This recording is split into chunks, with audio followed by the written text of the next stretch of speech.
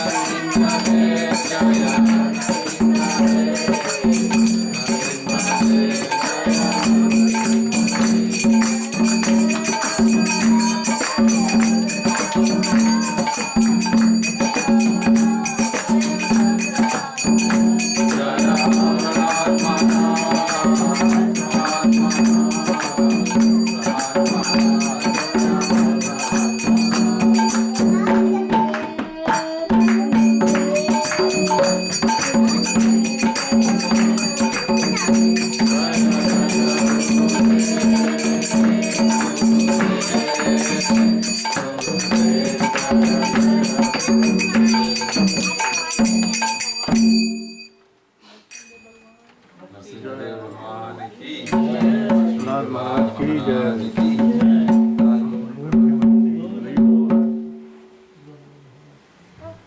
See, I see this one. So I can don't take any flower now. Don't! Christy and the doesn't get out. So where did you get your one? जो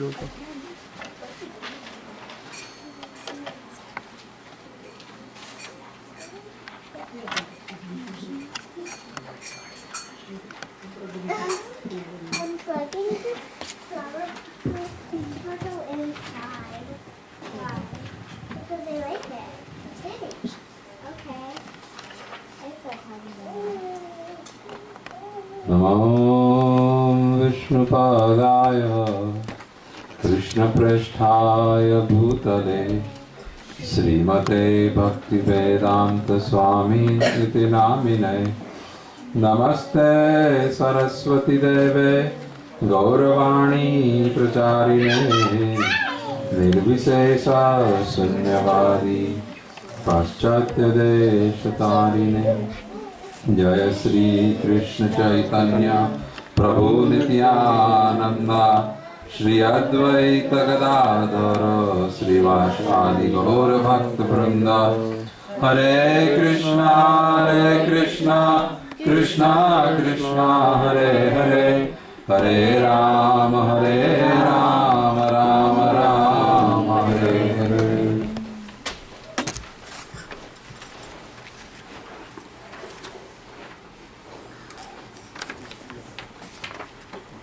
When Surat Prabhu was distributing this paper, it reminded me of when we were young, we used to go to school, it was exam time, the teacher would come and pass on the paper.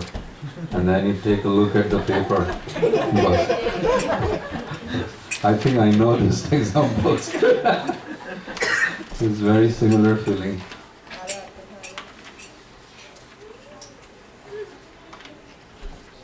So, I want to thank all the devotees for adjusting your schedule permanently to have programs on Friday evening. And you guys are very kind because we moved the Harrisburg program to Sunday. So unfortunately we had to move this on. Very good, Nita. I hope is it more convenient on Friday or it just doesn't? It is very convenient. More convenient? Yes. Oh, yeah. Unknowingly something good happened. We are not known for doing something good. But actually, when Devendra Prabhu and Trupti Didi started program here, it reminded very much, it was like history repeating because just the way they opened their house up. We started program in 2003. It was starting in a house on a Friday evening, and we also used to do Aarti first, and then we would do the Katha and then Prashad. And the advantage of the program was that after a week also, if you don't cook someday, you will find enough food underneath the sofa or lying on the carpet. One person can eat. So much, because there were children, they run around with food and carpets were drenched with juices, different kind of juices, and we still have that house. And I don't know what's happened to the carpet. Okay, so we are celebrating today Sri Nityananda Trayodasi. It actually was on last Sunday, actually. And we never planned to do the program in the new place on Sunday. But I think Krishna somehow plans everything. We had originally thought when the closing was supposed to be on January 15th, we had originally thought that we'll do the first program right after its closing. And then some devotees thought it's not a good idea. So they said, why don't we, get some things in place and then do a program. So the closing had moved on January 38th. And so we said, okay, we'll do on Gaur Purnima, first program, which is March 5th. But Thursday afternoon, our attorney sends an email saying, oh, I spoke to the county office tax collector and she's telling me that the number of days you will keep the church closed, she will start assessing taxes for those days. And Harrisburg taxes are pretty high. Property that size, a small house which is like 1,200 square feet, the taxes are about $2,500. So with the 3,000 square feet up and 3,000 downstairs, it could be at least anywhere 10 to 12,000 taxes per year. So money eventually talks. So because we would be owed a lot of taxes, we said, we'll start doing program right away. And Nityanand Trayodasi was falling.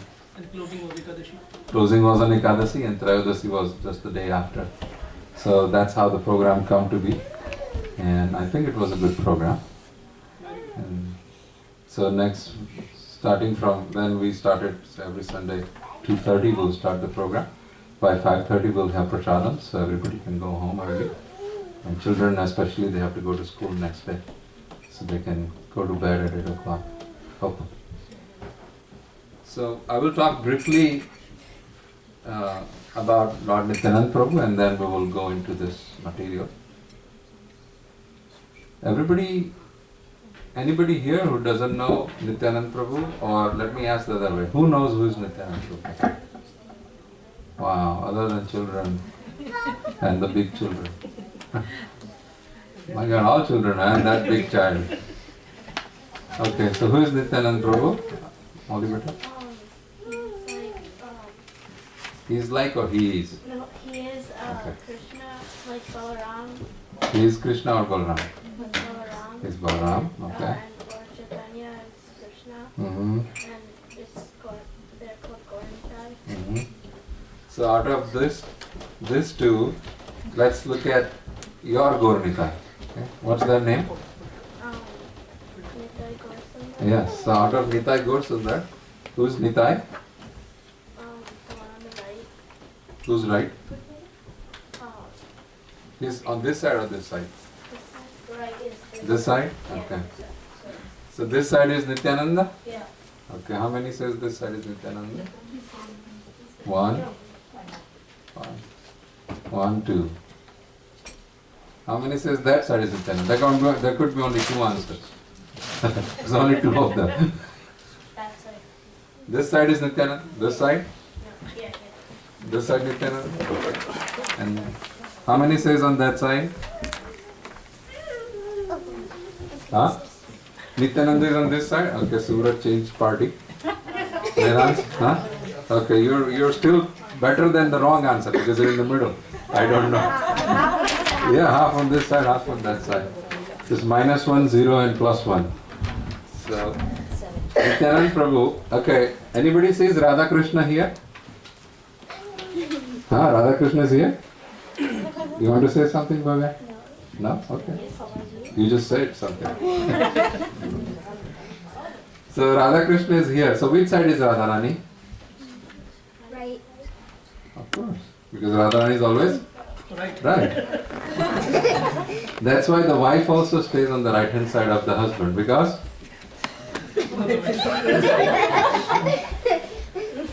so Radharani is always on this side. So when Krishna is standing on the left hand side is Radharani. Vame. Vame yasya sthita radha. Yasya srishta sasti vakshashi vrindavan viharam tam Sri Krishna vidichintai. Vame yasya sthita. So when we look at them, it is towards the right side. But while standing next to somebody, Radharani is on the left side of Krishna. So when Radharani stands on the left side of Krishna, his brother naturally would have to stand on the right hand side of Krishna. So if Radharani is standing here, where will Nityanand Prabhu stand? Where will Balaram stand? On this side. So who's Nityanand Prabhu? It's Balaram. So where will he stand? On this side, right? So Nityananda, this is the simplest way. Okay.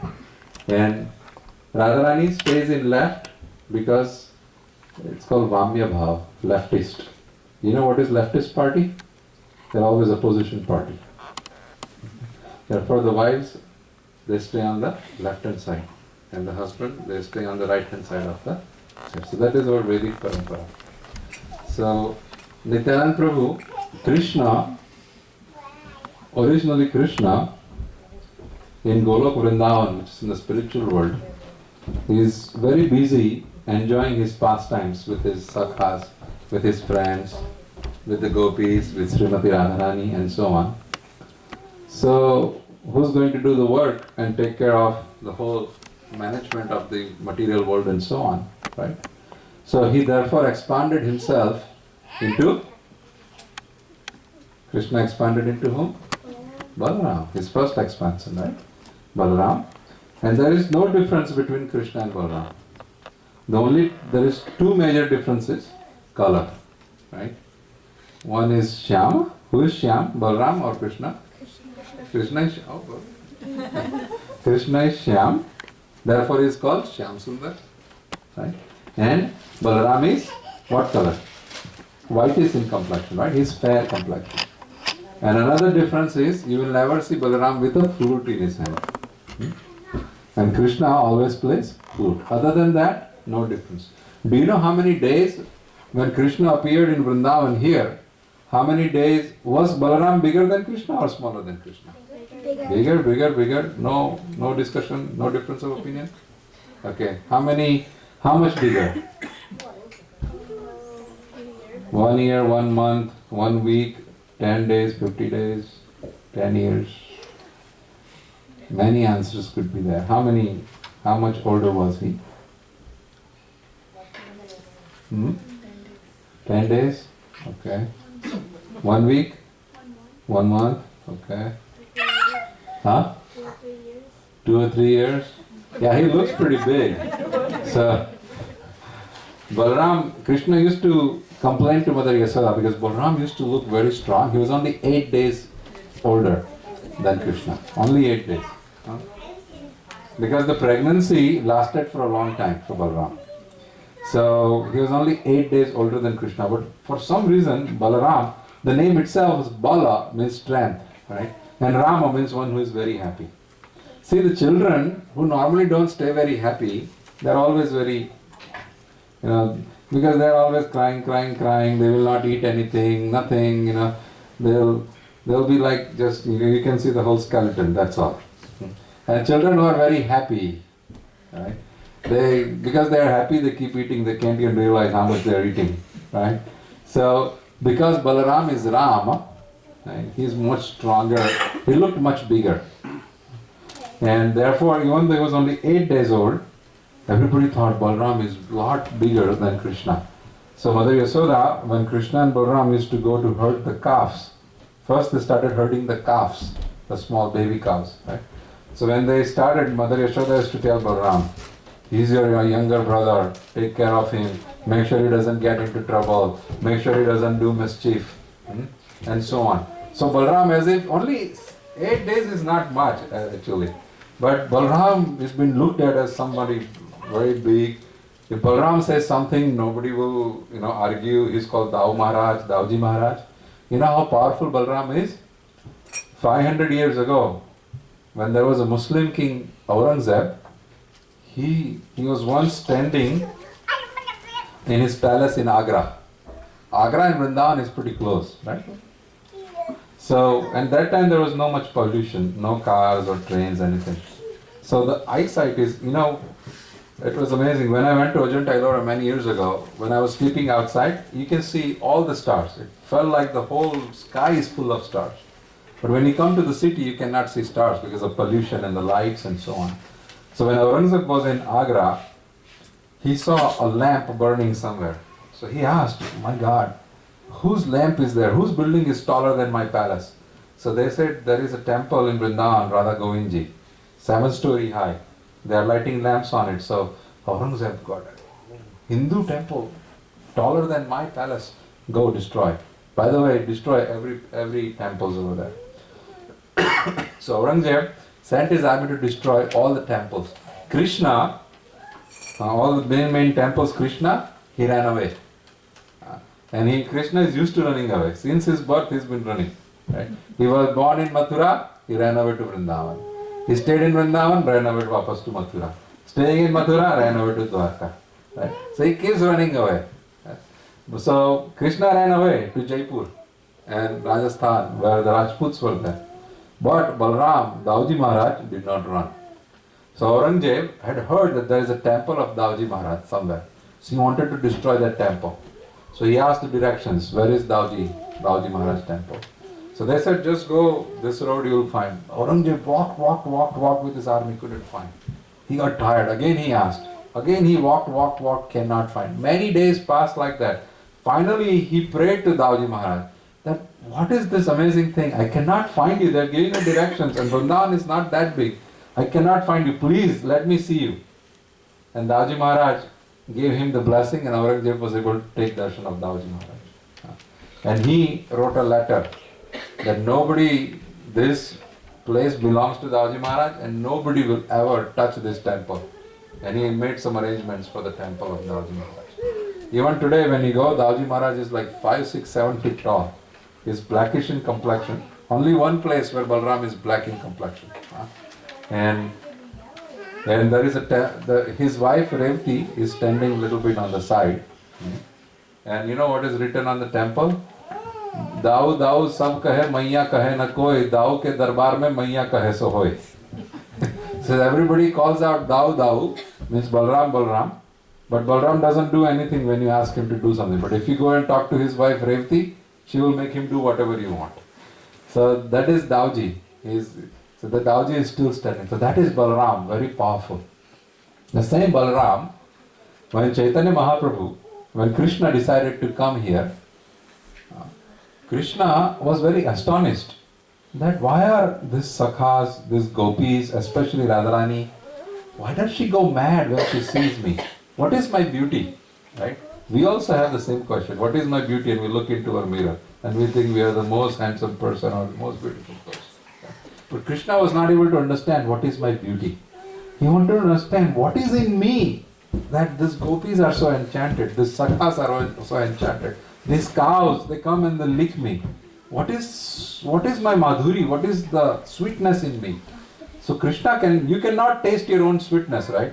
No, nobody can, you cannot feel what you are. You have to ask somebody who you are. So Krishna decided to come as his own devotee. And with the mood of Srimati Radharani. Therefore Radharani is fair complexion. So when Krishna came in Kali Yuga, he came as Chaitanya Mahaprabhu. And he took the complexion and the brains of Radharani and the mood of Radharani. He came like his own devotee. So when Krishna decided to come as his own devotee, his brother Balaram also decided to come to assist Krishna. So he came as Nityanand Prabhu. And Nityanand Prabhu came few years earlier than Chaitanya Mahaprabhu. And when Chaitanya Mahaprabhu started doing his pastimes of Sankirtan, Nityanand Prabhu came to Navdeep and he met Chaitanya Mahaprabhu and stayed and worked in the direction of Chaitanya Mahaprabhu.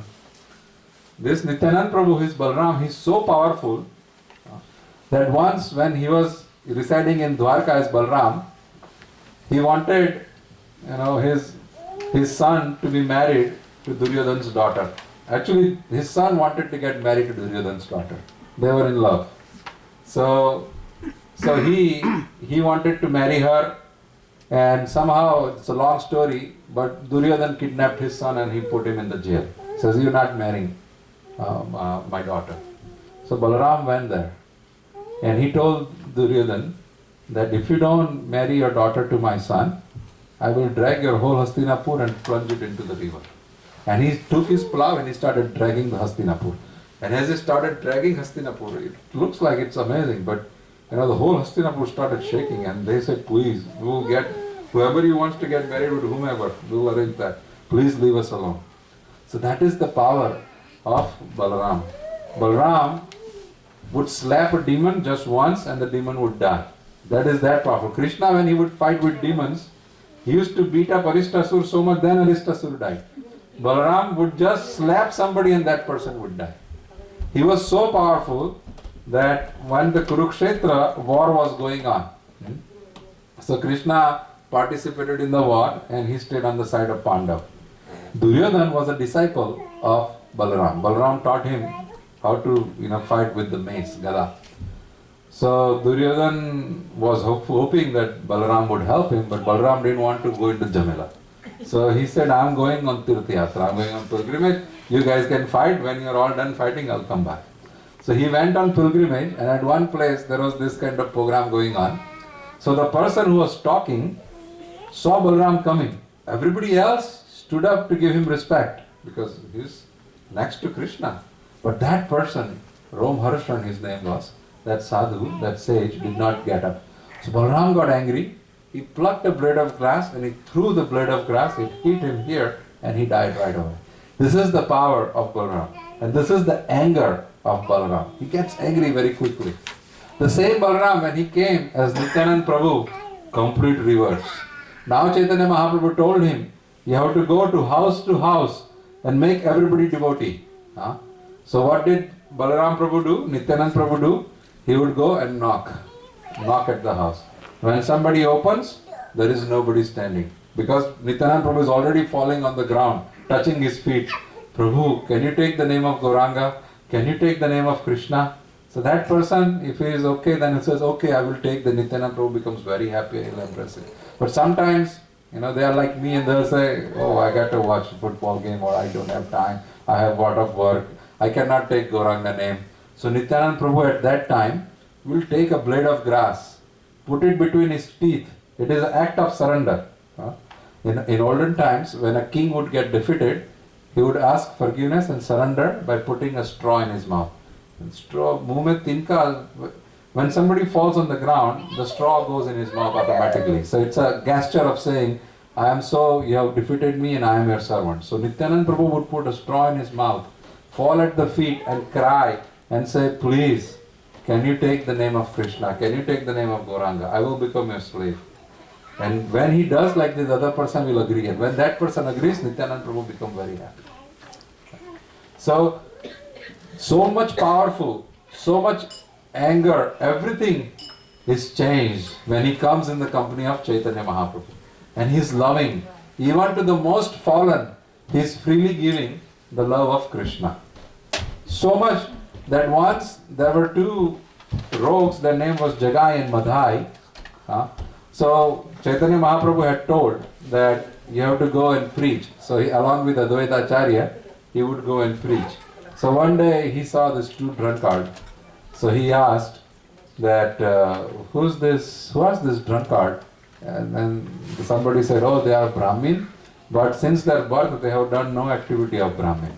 They do dacoity, they steal everything, they drink, they eat everything that moves, and they lie all day, and they will harass everybody. Even the police officers cannot catch them because they beat up the police officers also. Everybody is afraid. They are the rogues of the village. So Nityanand Prabhu says, very nice specimen. I have to make him a devotee. If he becomes a devotee, then everybody will understand the glory of Chaitanya Mahaprabhu. So Nityanand Prabhu goes to them and says, chant the name of Krishna. Please chant the name of Krishna. And those people were drinking Jagai and Madhai. What is Krishna? What chant name of Gaura? They stood up and they lifted the pot with which they were drinking, and they started they wanted to beat them. When they made this gesture, they both ran. Nityanand Prabhu and Advaita Acharya ran. And they both chased Nityanand Prabhu and Advaita Acharya. And they ran and they were tired and they kept chasing. Anyway, afterwards they were able to lose them. And they came huffing and panting to Chaitanya Mahaprabhu. Chaitanya Mahaprabhu said, what happened? Advaita Acharya says, don't even talk. This Nityanand is a madman. He wants to go and convert those Jagai and Madhai, those drunkards, into devotees. He is going to get me killed. Today, just by your mercy, we got saved. And Chaitanya Mahaprabhu said, oh, you should take care. You should not approach this kind of people. And Nityanand Prabhu says, no, by your mercy, they will become devotees. Next day, they again go to the marketplace. They see the both brothers at the same Panka Galla, sitting and drinking, eating some, I don't know what. And they went and they said, please, take Gauranga's name. And this time, one of the brother, I think Jagai, he took the earthen pot that he was drinking and he hit Nityanand Prabhu, and Nityanand Prabhu started bleeding. When Nityanand Prabhu started bleeding, he fell down on the ground and started bleeding. The news went like electricity to Chaitanya Mahaprabhu. Chaitanya Mahaprabhu is Bhaktavatsal. He is very kind towards his own people. Right? So he saw that Nityanand, who is very dear to me, he's bleeding because some rogue beat him up. He came running, and Chaitanya Mahaprabhu became very angry. and he manifested his Sudarshan Chakra. And he says, I'm going to chop off your head. And Nityananda Prabhu says, Are Baba, you come here to do mercy on the fallen people. Who you will find more fallen than this? You have to make them your devotees. Embrace them. And Chaitanya Mahaprabhu says, no, they have attacked you. I will never forgive them. And Nityananda Prabhu fell at the feet of Chaitanya Mahaprabhu and begged mercy at the feet of Chaitanya Mahaprabhu, saying, please, can you please deliver this to fallen souls? If you will turn your face away from them, who will look at them? Who will be their hope? Just because Nityananda Prabhu fell at the feet of Chaitanya Mahaprabhu became completely soft and he embraced Jagai. And he asked that, okay, you beat up Nityananda Prabhu, so you have to ask his forgiveness first. If Nityananda Prabhu forgives you, I will give you Krishna Prem. As soon as he bent down to touch Nityananda Prabhu's feet, Nityananda Prabhu embraced him.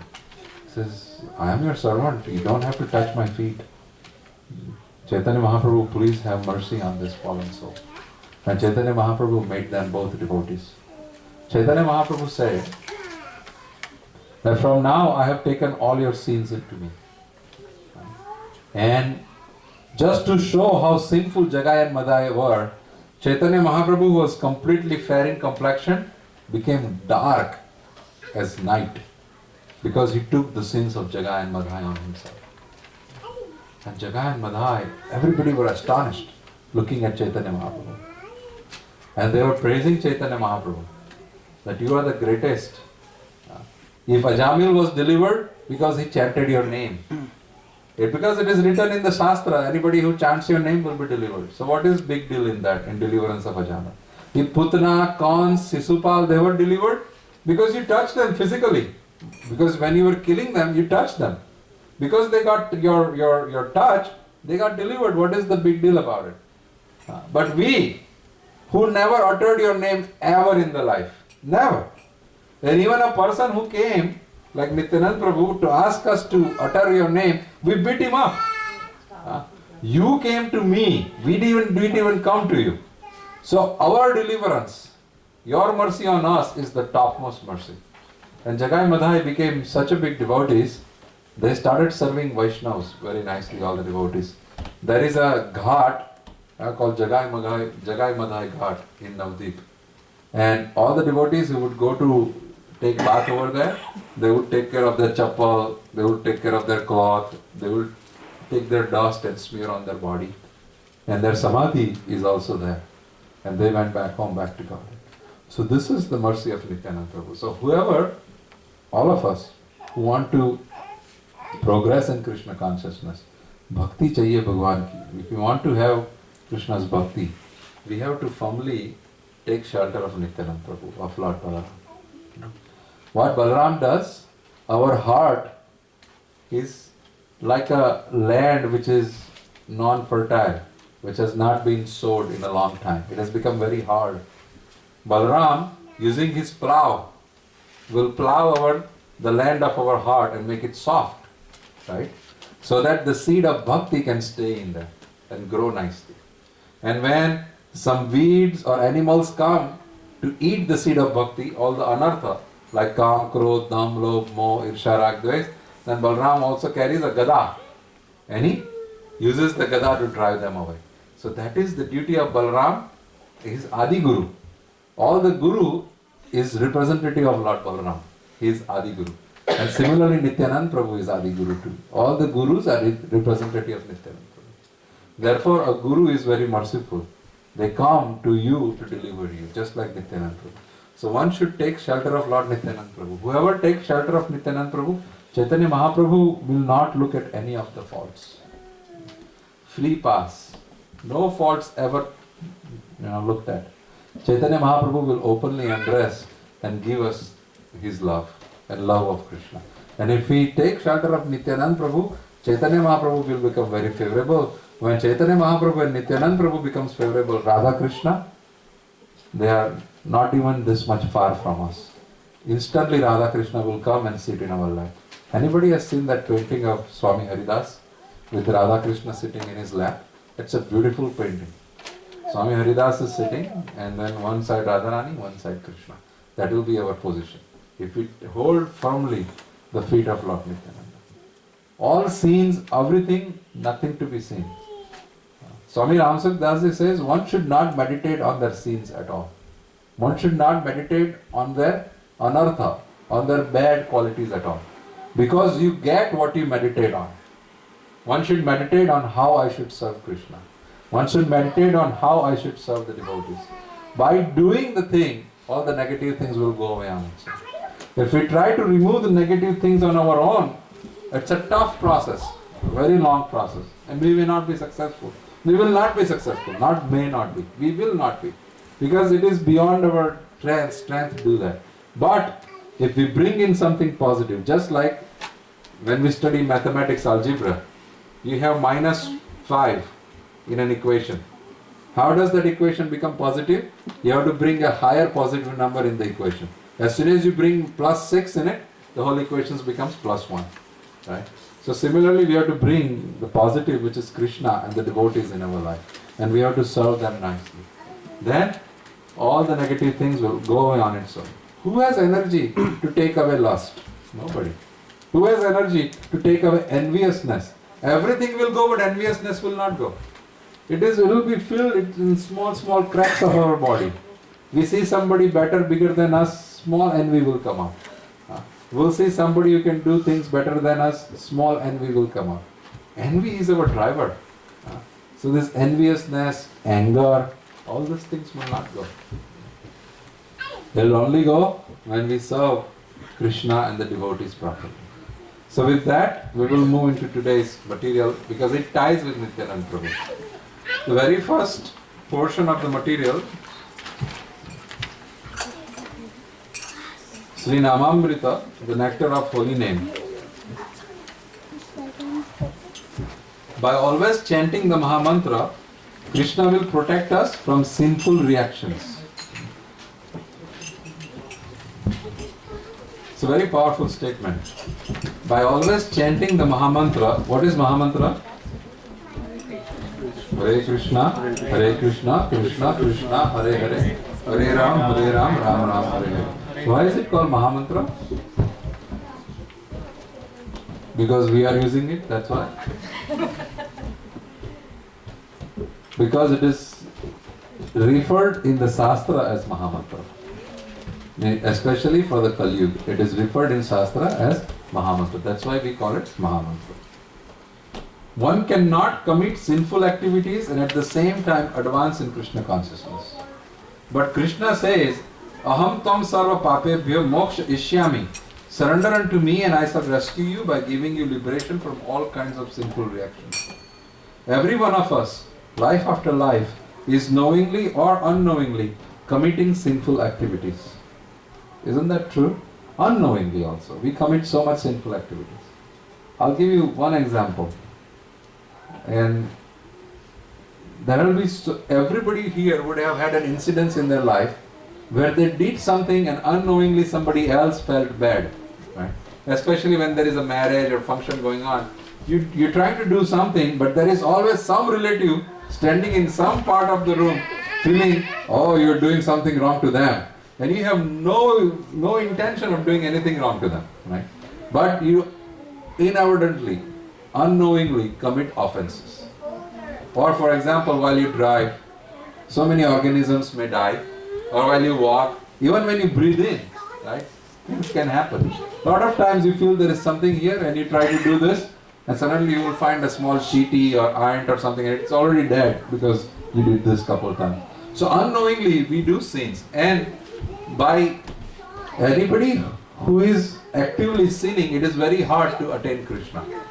So let us first talk what is sin, right? And how by chanting the holy name the sin gets eradicated. So first of all, Krishna is not like a slave driver who wants to create these sins and punish people because you did sin. The idea is not that. For example, the way it is to be understood is, when we have children, we make certain rules in the house. You will always sit at a proper place and that's okay, I don't need it. चालू भी हो गया. I have a very loud, so it doesn't matter. So, when we have a child, when we have children, we make certain rules in the house for the children. Saying, oh, you should eat on the dining table. While eating, you should not drop anything on the floor. Your clothes, as soon as you take them out, they should be folded and put in the right place. Laundry clothes goes in laundry, this goes. Everything should be neat and clean. There are certain rules. We don't make those rules because we wait for the children to make mistake and we want to punish and get a lot of enjoyment out of punishing them, right? We don't make the rules because we want to really see the children suffer when we punish them. No, we make the rules so that the children will learn something from the rules. They will be governed properly, they will be administered properly, and they will learn some discipline, right? Therefore, the rules are established. Just like when the parents establish certain rules, it is for the well-being of the child. Or, in order to make the society run smoothly, the government has to create some rules. It's not that the government really wants to see people punished. They really want you to get tickets and they want money. Yes, they do, but not very actively, right? That was not the intention when they created something called speeding ticket. They were worried about the safety of other people and your own safety. Or drunk driving. Right? They were not doing drunk driving so they can get $1,000 fine out of you. No. So on the one side they want to serve a lot of liquor, on the other side they want to charge you for drunk driving. But they make all these rules so that the society can be protected, we will be protected. Similarly, so if there is a rule, right, a set of rule for a family to operate, if there is a set of rule for the children to grow nicely, if there is a set of rule for the society to operate, why do we imagine that there are no rules for the nature to operate? Right? Beyond the country, there is nature which is governing everything. So the nature governs based on some rules, and those rules are decided so that the nature operates properly, the whole material world operates properly, and everything goes on smoothly. It's fair and equal to each and every living entity. It's not that the nature has rules which are more favorable to human beings because they are more intelligent, and nature has rules which are less favorable to an ant or an elephant. No. The rules which are in the nature, they are similar. Just like in America, the rules is similar for each and every person, whether he's a black, white, Hindu, Muslim, Jewish, Christian, right? In India, it's a different story. But normally, a fair government will try to make fair rules which are equal for everybody. For example, the rules in our house, if we have 2 children, we will not have different rules for both the children. Yeah, to teach them some lesson, you might have a different rule, but not at the core of the heart that you want to punish this child more because he is second child, this is first child, nothing like that. So similarly, Krishna has created certain rules for the nature to operate properly, and the living entities have to follow those rules so that they can live in harmony with the nature and everything works out properly. When those rules are transgressed, it is called a sin. It's a very basic definition of a sin. And when those rules are followed, you're doing all the right things, which is called punya, the right kind of activities.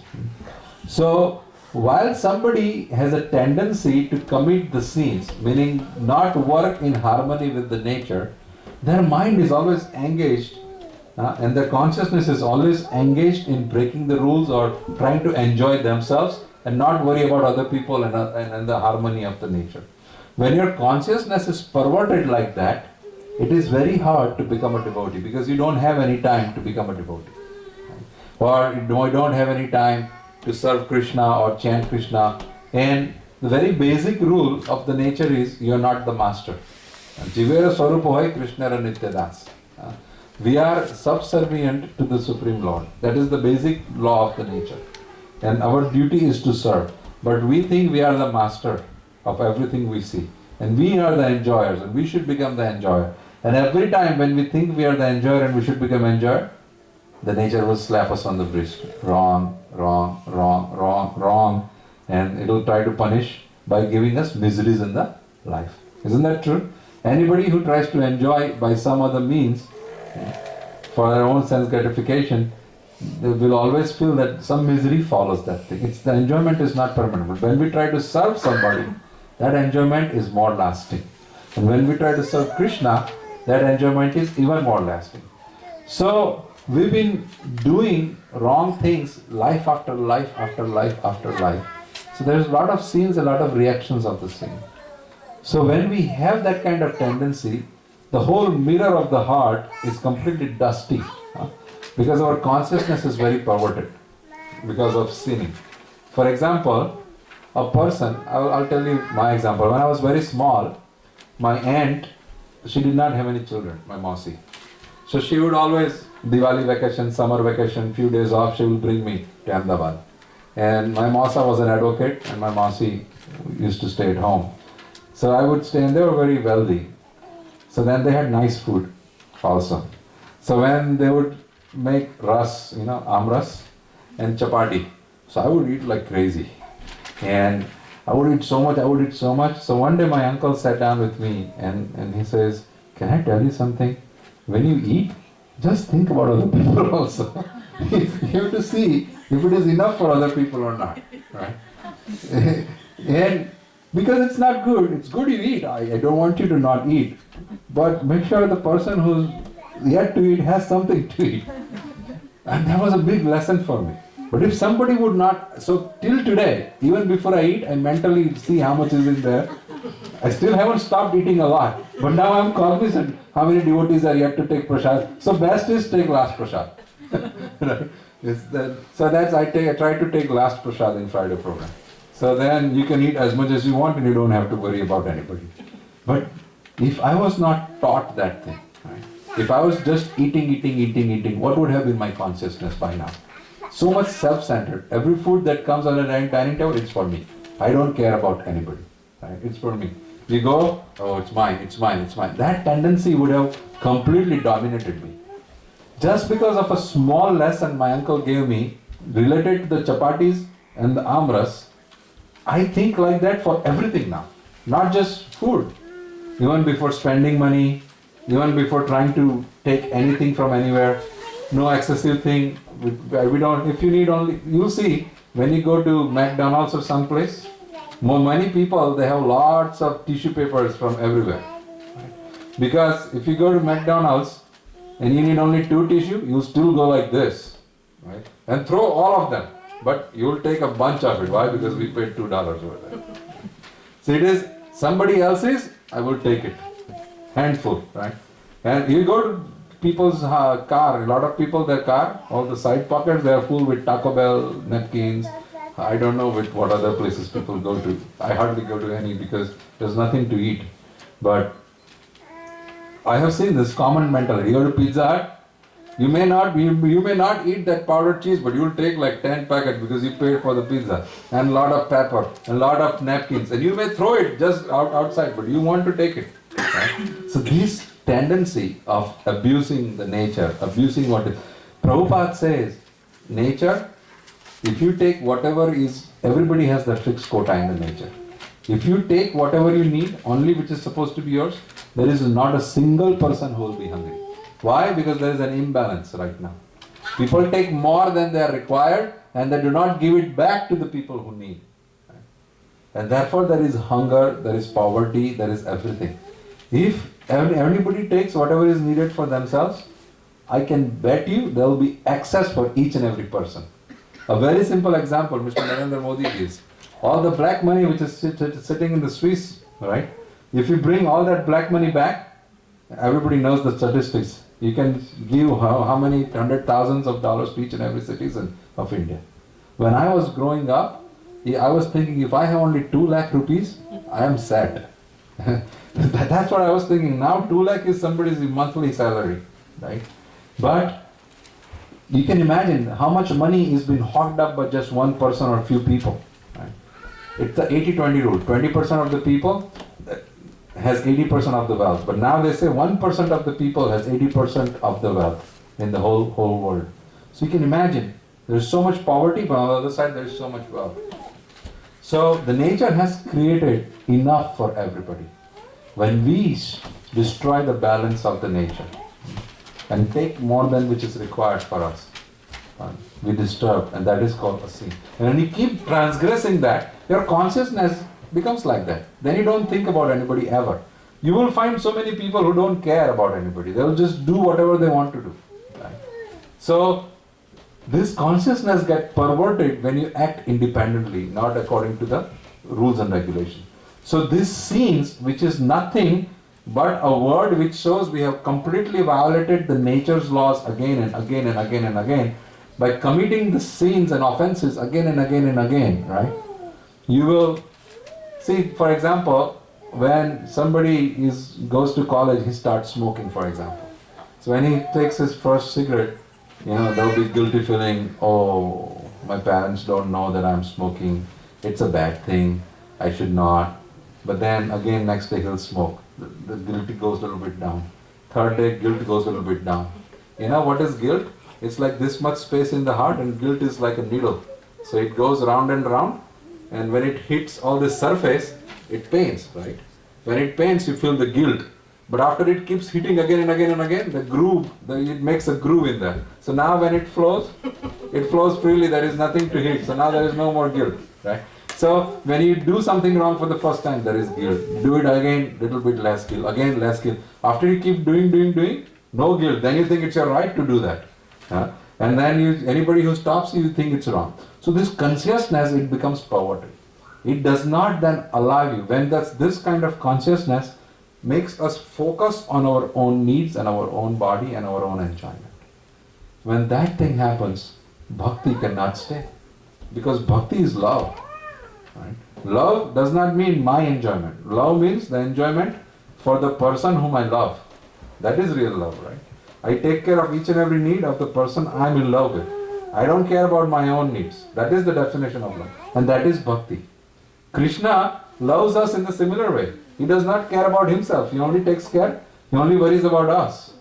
And similarly, we are supposed to reciprocate that love because we are his part and parcel. But because we are so much focused in the sinful way of life, we cannot focus on Krishna. We are unable to. It becomes very painful. Therefore, when there is a program, spiritual program going on, many people you tell them to come. Oh, you do it. I'll do it when I'm old. Or you give them a mala to chant. They'll do 1 or 3 rounds, 1 or 2 japa mantra, and then they'll start yawning, and then they'll put it back. They'll check their phone, and that's the end of their mala career.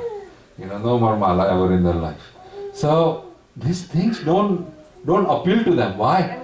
Because there is so much sinful activity since the previous life. The whole consciousness is messed up. So what happens when we still slowly keep chanting the names of Krishna?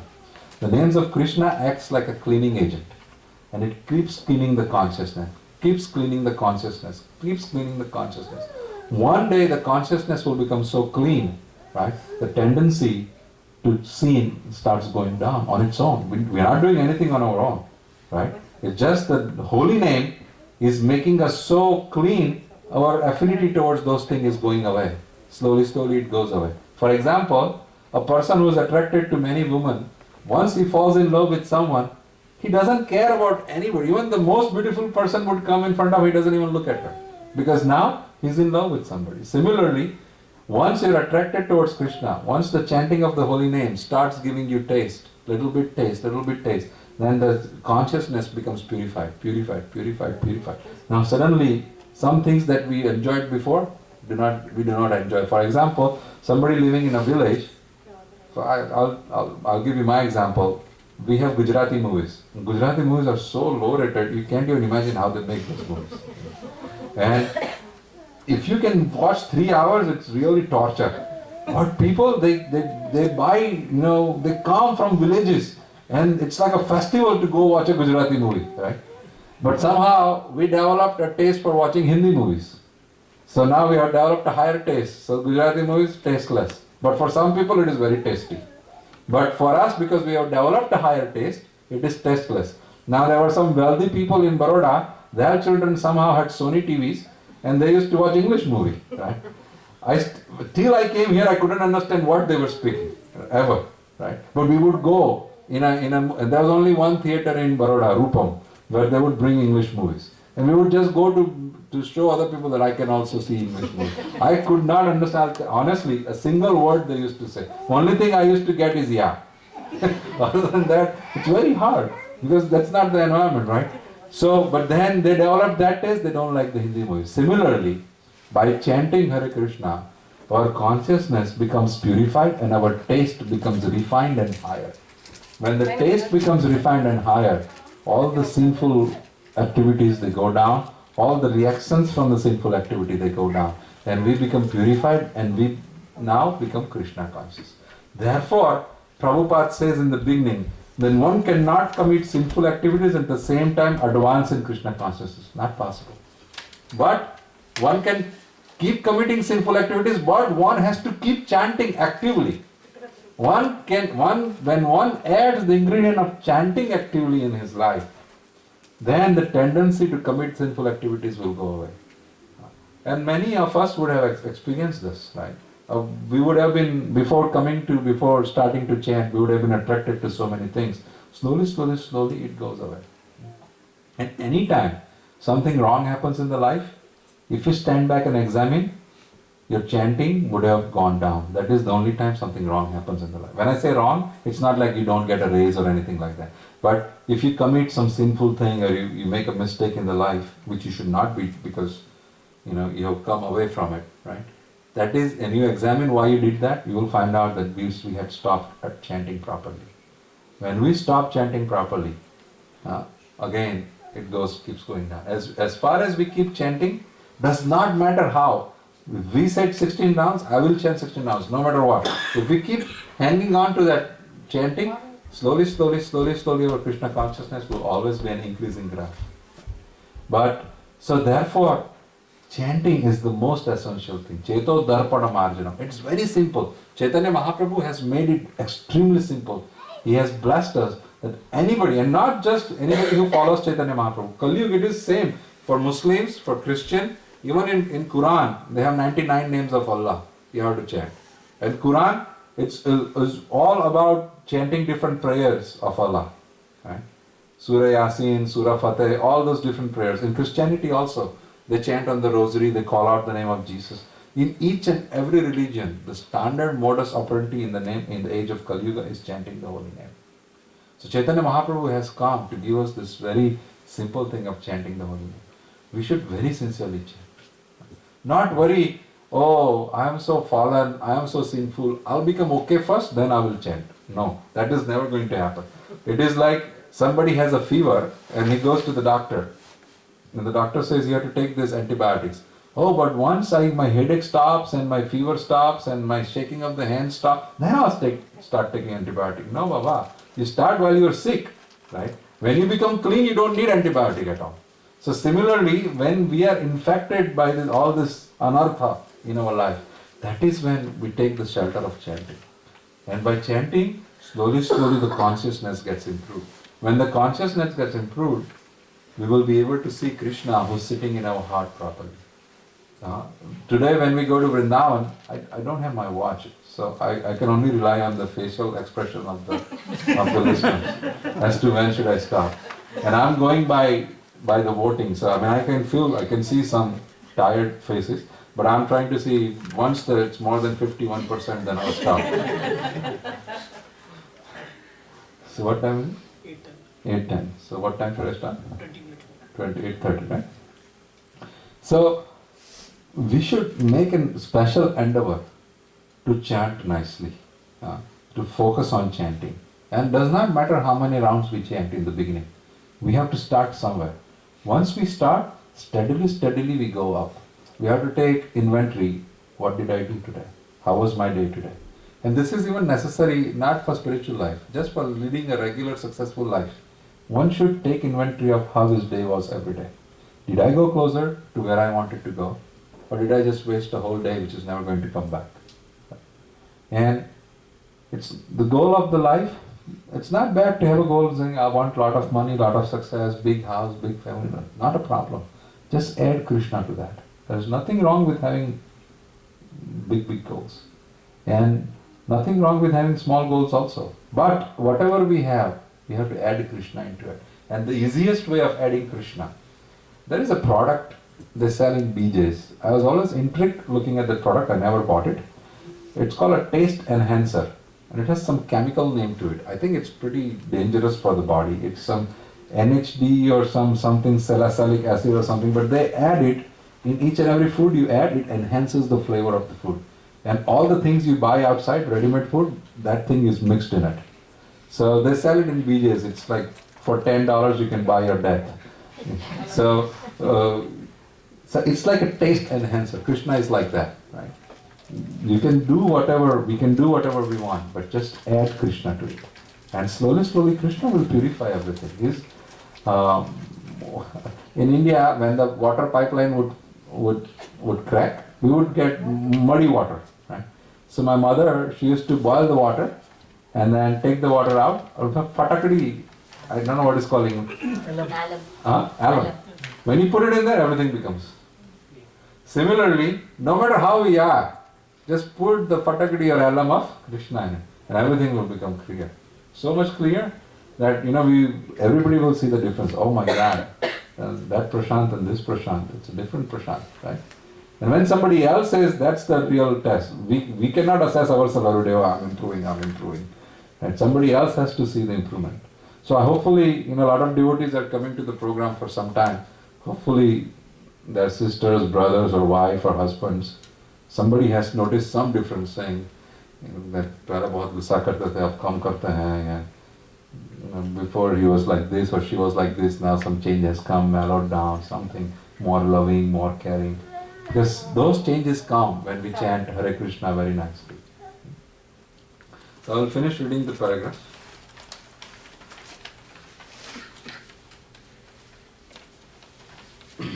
I may knowingly kill an animal, and that is certainly sinful, but even if I do it unknowingly, it is also sinful. While walking on the street, we unknowingly kill so many ants, and in the course of our other ordinary dealings, while cooking, while taking water, while using a mortar and a pestle to crush spices, we kill so many living beings. Unless we remain Krishna conscious, we are liable to be punished for all these unknowingly committed sinful acts. So, once somebody can say, oh, I don't want to become Krishna conscious, I will just live a sinless life. Not possible. If we want to, jiva jivasya jivanam, if we want to survive, we have to. At least to eat, you have to kill a plant to eat. Isn't that true? You have to kill at least a plant to eat. So some people argue, oh, you're saying no meat eating, you should not kill anybody, but you're killing plants to eat. How about that? So the answer is that in Shastra it is written, what is the food group for whom? Right? So for lion, the food group is any other animals. So for if lion, right, kills a deer, oh, it's not that lion will go to the Narak, he'll go to the hellish planets because it killed a deer. No, it says dharma to kill deer and eat. So one day there was one lion, and one devotee was going in the jungle, and the lion caught the devotee. So lion was about to eat the devotee, so devotee started praying that, can you please make this lion a devotee so he doesn't eat me?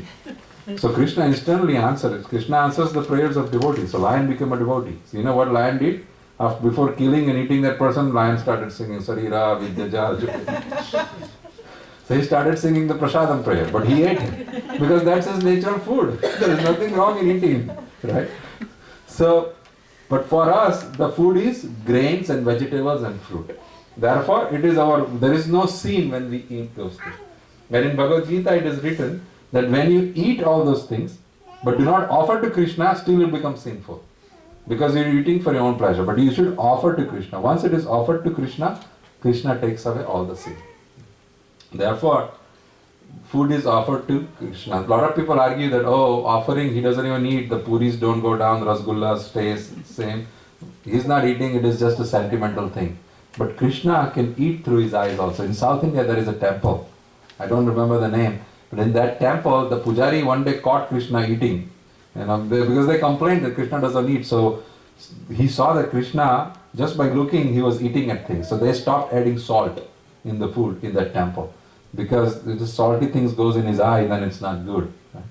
So there is one temple in South India, I don't remember the name. But so Krishna, he eats. So what I'm trying to say is, everything which is given to us by the nature, we have to follow, and then we have to add Krishna to it. So even if unknowingly we commit sinful activities, there is punishment. And Prabhupada in the next paragraph gives an example of fire. A child may not know that fire will burn, But when the child puts his hand in the fire, it will definitely burn. Isn't that true?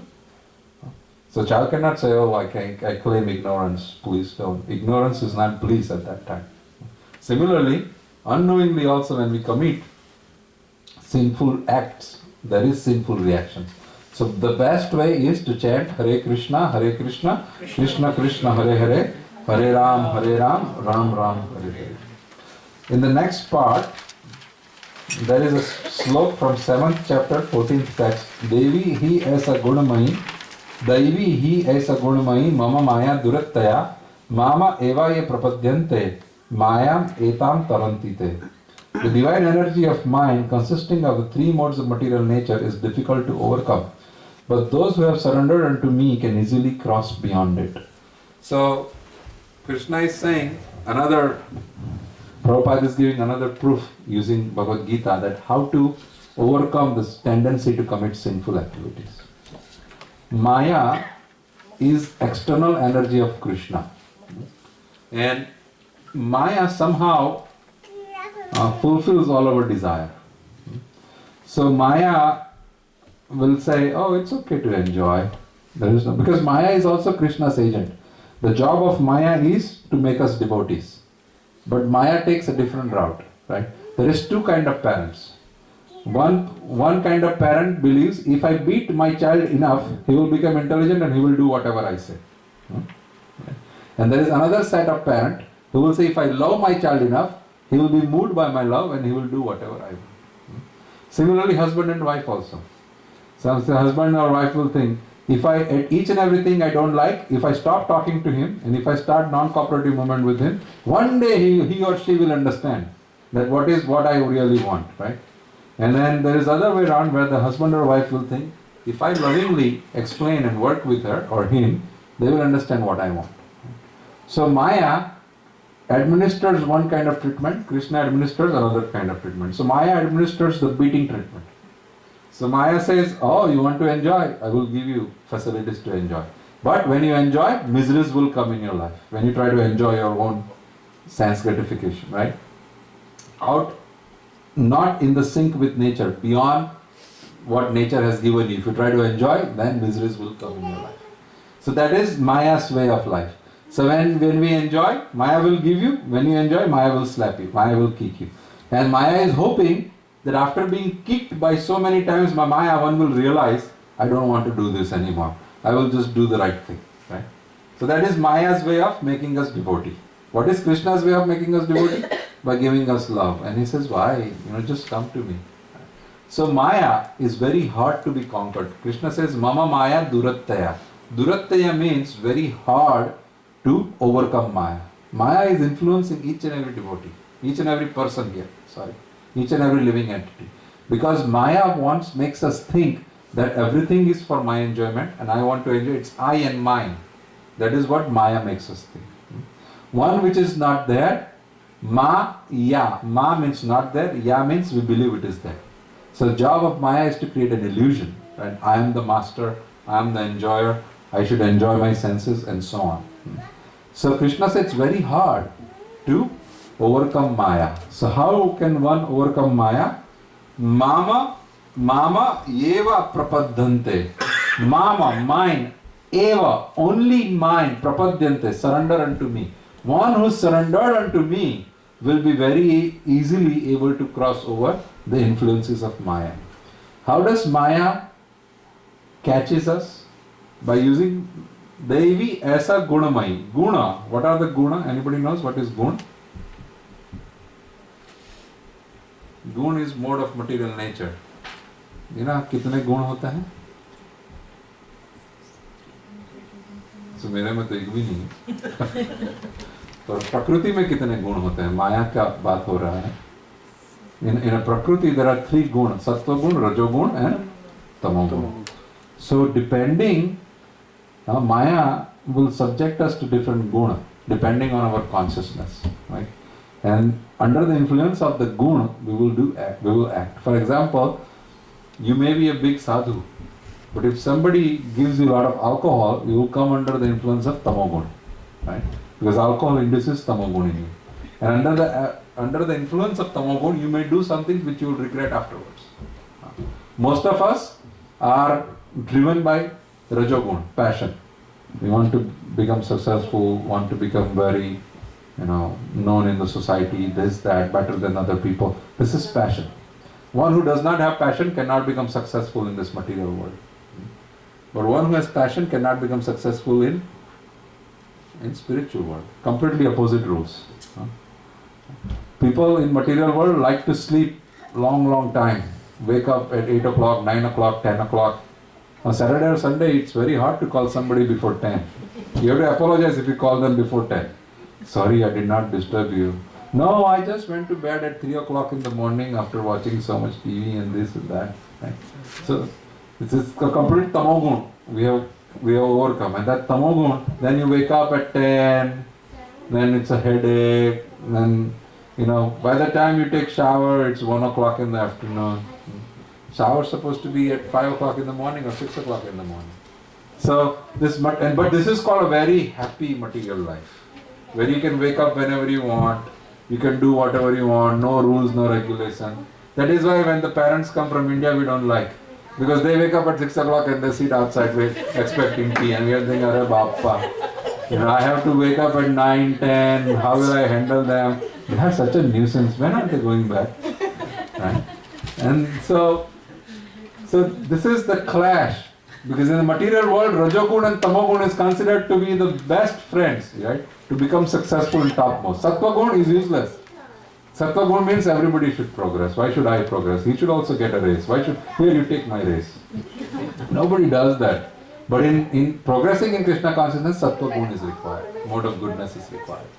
And even being out of mode of goodness is even better for Krishna consciousness. So material world and spiritual world is opposite.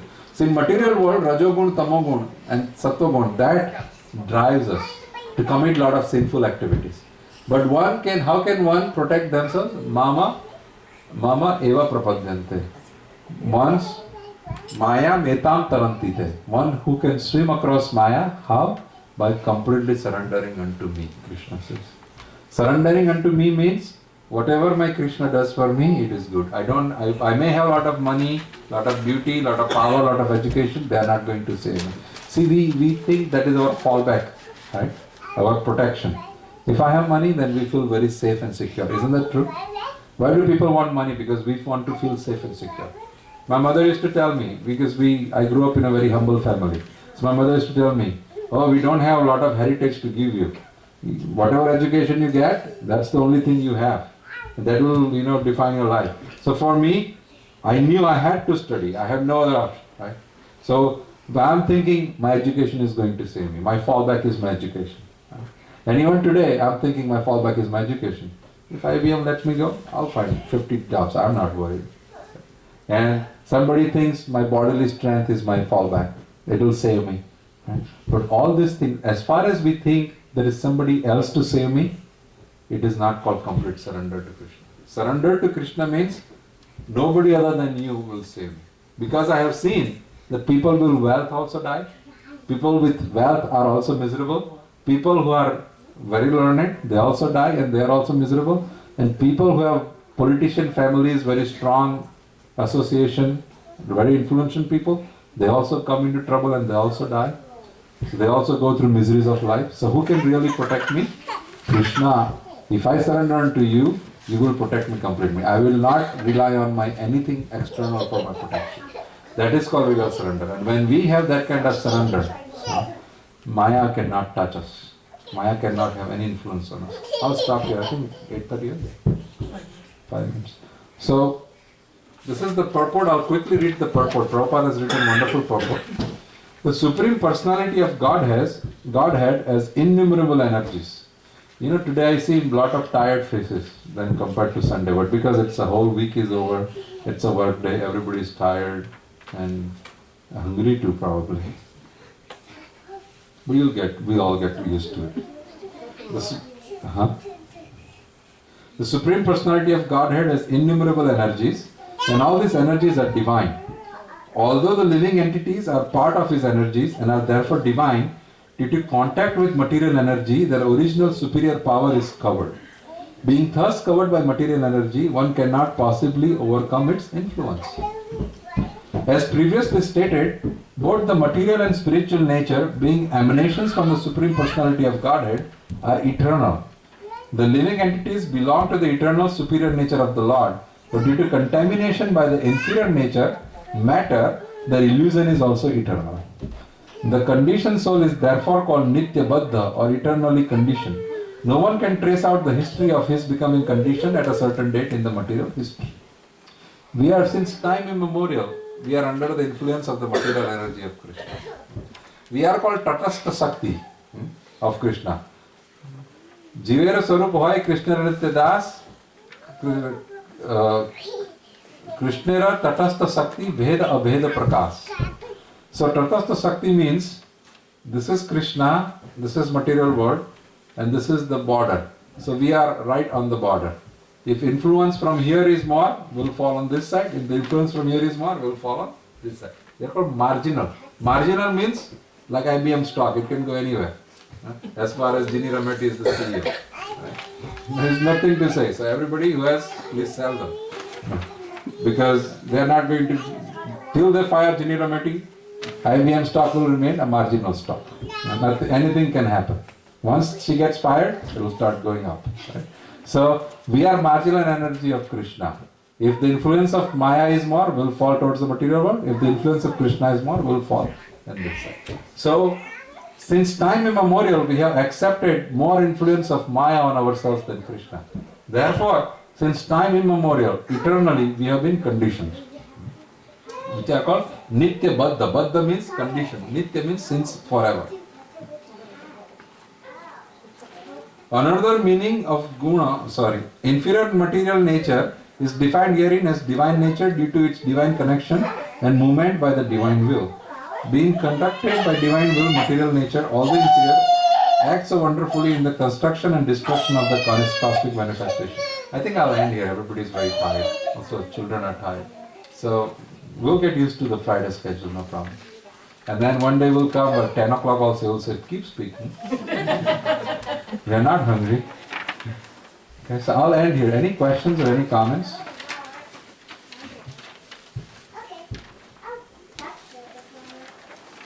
Everybody recognizes the force of Maya on ourselves? Or we are thinking, no, what Maya? Huh? Is it strong? Some of us don't even know that Maya is acting on us. That's the pitiable situation. And somebody is already married to Maya. कभी-कभी किसी माताजी का नाम भी माया होता है. तो माताजी के लिए पति माया है, पति के लिए माताजी माया है. क्या करें?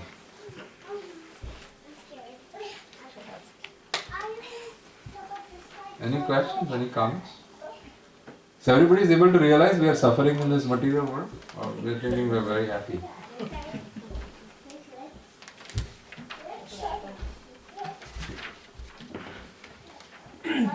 Why is that like? We know that with every happiness, there is some misery lying on. So why is not people introspect? What holds them up? Because they don't have. Prabhuji is asking that with whatever, every time we try to enjoy, it ends up in misery. And we become more miserable afterwards.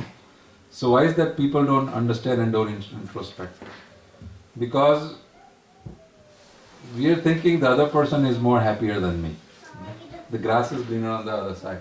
So we are thinking, and I'll be very honest. We got a TV when I was pretty, grown up. Till that time we didn't have a TV in our house. So there was a boy who had a TV and his father had a VCR. Now TV is okay, but VCR along with TV is a big thing. And then in summer he would rent movies, right, from the library. And he would watch movie. And then he will call people that I'm going to put movies. And everybody will go to his house and watch movie. Okay. And I was thinking he's so fortunate. I can only watch movie at his house if he calls me. Sometimes he forgets to call you. You keep roaming around his house that he may see you from outside and call you in. Right? I have done all this thing. Because I'm thinking he's very fortunate. He has this TV and but he's miserable. He has TV and VCR, but he's looking for other people to join him and enjoy the TV and movie, right? So, really speaking, the world is designed in such a way that there is no pleasure to be had. Everything is like, the rice, it has a covering on it. The covering is called the husk. Right? Once you beat the rice, the husk is separated and the rice is separated. So this material world is like husk. No matter how much you beat the husk, there is no rice that will come out of it. It's dry. But we think that some rice will come out. In somebody's house, while beating the husk, rice is coming out. He is happy. Only in my house, the husk has no rice. So only I have no happiness. Everybody else has happiness. So we try to look for more happiness. We try to imitate them. Oh, उसने movie देखा मैं भी देख के आता हूँ उसमें से कुछ ओ यहाँ घूमने गया मैं भी घूमने जाता हूँ. Actually, going on vacation is something torture. Right? My brother is going on a cruise. He's on a torture level because he has a small child, another child. इसको एक को यहाँ बिठाएगा, एक को यहाँ बिठाएगा. क्या मजा करेगा इस cruise पे? So he's now thinking, oh, when all of them will go to school, then I'll go to cruise. By that time, his physical body will not be good. What will he do on the cruise? Everything is a torture at the end of the day. The material world is designed in such a way that there is no happiness anywhere. Krishna is purposefully designed. And he explains that in Srimad Bhagavad Gita. This is Dukkhalaya Asasvatam. It is a house of misery and very temporary. Now, in the house of misery, we are trying to find happiness. It's just like, you take a bottle of pepper, mirchi, and you try to find, isme sweetness kyun nahi aa raha? And you keep eating how much more, and you're not seeing any sweetness from it. But it is pepper, it is not supposed to be sweet. It's a nature. It is designed, dukh alaya asasvatam. Bhagwan Krishna bata diya hai. जब ये दुख alaya asasvatam hai, we are trying to find permanent relationships here, number one. Right? We are trying to find permanent happiness, number two. कुछ तो permanent है ही नहीं. And happiness हम ढूंढने की कोशिश करें वो भी नहीं है. The only happiness we find is the gap between two miseries. The gap between two miseries is the only happiness we have. And we think that is a lot of happiness. So, really speaking, but the problem is, we have a sheep tendency. Everybody is doing what everybody else is doing. Nothing original. But if by fortune, if we come in contact with somebody who will say, wait a minute, just think about this thing. What are you doing? Nobody is happy. You've seen so many people. That opened Siddhartha, Gautam Buddha's eyes. When he saw that everybody is going to die, everybody is going to become old, everybody is going to get diseased, then what am I doing here? What difference does it make whether I am a prince or this? So one has to introspect in association of devotees. And by somebody has good fortune, they meet devotees who will wake us up. Jeev jago, Gora Chandra Bole. They will wake us up. There's something wrong with the way of our life. Do you think you're happy? But you're not. See, real happiness. Look at people in Vrindavan. They have real happiness. They have nothing. Absolutely nothing, and they are the most happiest person in the life. Absolutely nothing there. And are the most happiest people in the life. How come? If happiness was in money, clothes, all the material things, then everybody, Tata Birla should be the happiest and the people in Vrindavan should be the saddest. But it's the other way around. Therefore, happiness is not from this material world. It's proven. But we are not able to see it because we still think, no, बाजू वाले के घर में grass ज़्यादा green है. मेरे घर में और मेहनत करूँगा तो मेरे घर में भी हो जाएगा. Everybody think he has a happy married life. Mine is miserable. But everybody has same kind of marriage life. Don't worry. हमारे गुजराती में कहावत है कि लड्डू दूसरे की थाली में बड़ा लगता है. सबके थाली में सेम लड्डू ही होता है.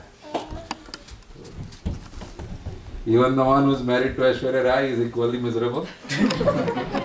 The person who is married somebody, is thinking, oh, I wish I had Aishwarya Rai as wife. Then my life is successful. But who is married to Aishwarya Rai, ask him. He's trying to find somebody else. Right? And maybe he is better than me. So it's the same story. One more question. Problem. text 14 says three modes of material nature हाँ, are difficult to overcome. What are those? three modes is sattva-gun, rajogun and tamogun. These are the three modes of material nature. And they are called guna. Guna means rope. Rope means वो बांधते हैं हमको. तो सत्वगुण, रजोगुण, तमोगुण उससे इच्छाएं प्रकट होती है हमारे जीवन में और अलग अलग कॉम्बिनेशन में होते हैं. 80% तमोगुण, 20% रजोगुण, 1% सत्वगुण, ऐसा कुछ कॉम्बिनेशन चलता है. So there is 8.4 million different combinations of raj, sattva, raja and tamoguna. तीन गुण में से 8.4 million combinations बनते हैं. 8.4 million desires होती है वो क्रिएट करते हैं वो हमारे जीवन में और उसको हम पाने की कोशिश में और दुख पाते हैं. तो ये गुण हमको बांधते हैं. That 8.4 million is the kind of organisms or living Yes. organisms that manifest. Because you have 8.4 million different desires, Krishna says, whatever you want, I'll give you. So to fulfill the desire, he has created 8.4 different species of life where you can enjoy those desires to the fullest. But is it that the human life has the ability to improve the mode of goodness so that he can rise up towards the spiritual world? Because that's the ability of the human life. Correct. Because he has intelligence. It's not available in other living organisms. He has a special prerogative, a special intelligence to think, who am I, right? Why am I suffering like this? Sanatana Goswami came and said, Amike, who am I? I am not looking for misery, but miseries keep coming to my life. Why? What is this thing surrounding me? Why is the sun coming out every day and the moon coming out every day? Who's governing all these things? Those questions a dog and a cat cannot ask. Human being has special prerogative, special intelligence to ask that question. क्यों हम कभी पूछते नहीं? हम अगर हम घर पे आ गए, पता है घर पे कोई भी नहीं है, पर अगर लड्डू और जलेबी वाला पूरा प्लेट रखा होगा तो हम सोचेंगे ना कि कौन रखा ये सब मेरे लिए, राइट? तो अभी हर रोज सांस लेते हैं पर कभी सोचा ही नहीं ये सांस कौन भर रहा है ऑक्सीजन यहाँ पे. और मछली पानी में रह रही है, मैं पानी में नहीं रह सकता, मछली पानी में रहती है, मछली को कौन जिला रहा है पानी में? ऐसा कैसे? मेरे सेल्स जो प्रोड्यूस हो रहे हैं, each and every cell is unique, उसमें परफेक्ट मैकेनिज्म कौन भर रहा है? ये कैसे हो सकता है अपने आप सब कुछ? हर रोज सूर्य अपने आप निकलता है, हर रोज चंद्र अपने आप निकलता है, कभी लेट नहीं, कभी जल्दी नहीं, बारिश होता है, ये होता है. ये एक छोटे सीड में से कुछ मीठा निकलता है, कुछ खट्टा निकलता है, कुछ तीखा निकलता है. इतने रस कौन भर रहा है अंदर? What should that is the human life. जब we ask all this question, who is putting? इतना बड़ा बनियान ट्री एक छोटे से सीड के अंदर कौन भर के रखता है? सीड जमीन में डालो, अपने आप उगना चालू. कौन सिस्टम बनाया? कौन ग्रेविटी बनाया? अपने बाप दादा तो मशीन फिट करके गए नहीं ग्रेविटी का. कौन ये सब कर रहा है? That question only human beings can ask because they have special intelligence. And when we ask that question, it is the first step of spiritual life. It's called Athato Brahma Jigyasa.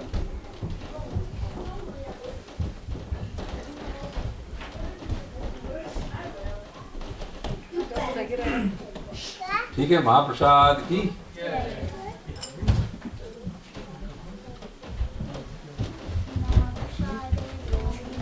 ले महाप्रसादे गोविंदे नमो ब्राह्मणे वैष्णवे